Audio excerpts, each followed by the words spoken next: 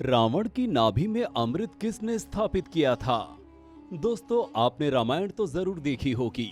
साथ ही आपने रामायण में ये भी जरूर सुना होगा कि रावण अमर था।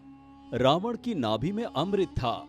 लेकिन रावण के नाभि में अमृत होने के पीछे की दो पौराणिक कथा हैं। एक कथा के अनुसार रावण की नाभि में किसी ने अमृत स्थापित किया था, जबकि दूसरी कथा के अनुसार रावण ने इस भगवान की तपस्या कर अमरत्व प्राप्त किया था।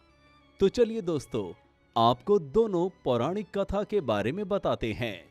दोस्तों, पहली पौराणिक कथा के अनुसार रावण ने अपनी बहन शूर्पणखा तथा अपने भाइयों कुंभकर्ण तथा विभीषण के साथ ब्रह्मा जी की घनघोर तपस्या की। कहते हैं रावण की तपस्या देख इंद्र इतना घबरा गए कि उन्होंने रावण की तपस्या भंग करने का हर एक प्रयास किया, लेकिन वो कामयाब नहीं हो पाए। तब ब्रह्मा जी ने रावण और उसके भाई कुंभकर्ण की तपस्या से खुश होकर तीनों से वरदान मांगने को कहा। तब वरदान के रूप में विभीषण ने ज्ञान, शूर्पणखा ने सुंदरता और कुंभकर्ण ने निद्रा में लीन होने का वर मांगा। लेकिन रावण ने अमृत और ज्ञान का वरदान मांगा। वरदान प्राप्त होते ही रावण ने अमृत अपनी नाभि में रख लिया ताकि उसकी मृत्यु ना हो सके। दोस्तों, एक और पौराणिक कथा के अनुसार एक बार रावण किसी युद्ध के दौरान घायल हो गया। कुछ कथाओं के अनुसार वो युद्ध बाली से हुआ था। रावण अपनी जान बचाकर किसी तरह लंका जा पहुंचा। पूरी लंका में शोर मच गया कि त्रिलोकी रावण घायल हो गए। ये बात जब रावण की पत्नी मंदोदरी को पता चली तो वो भागी भागी रावण के पास पहुंची।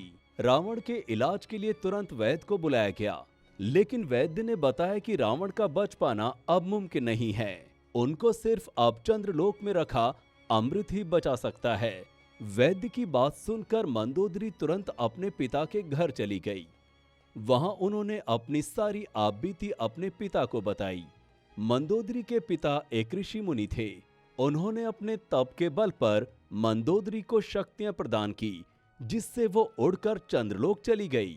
वहां पहुंचकर मंदोदरी ने किसी तरह अमृत कलश से अमृत की कुछ बूंदों को अपनी किसी अंगूठी में भरा और फिर वो अमृत की बूंदें अपने साथ ले आई। मंदोदरी अमृत लेकर धरती लोक पर पहुंच गई और फिर उसके बाद उसने रावण को अमर करने के लिए अपने देवर विभीषण का सहारा लिया।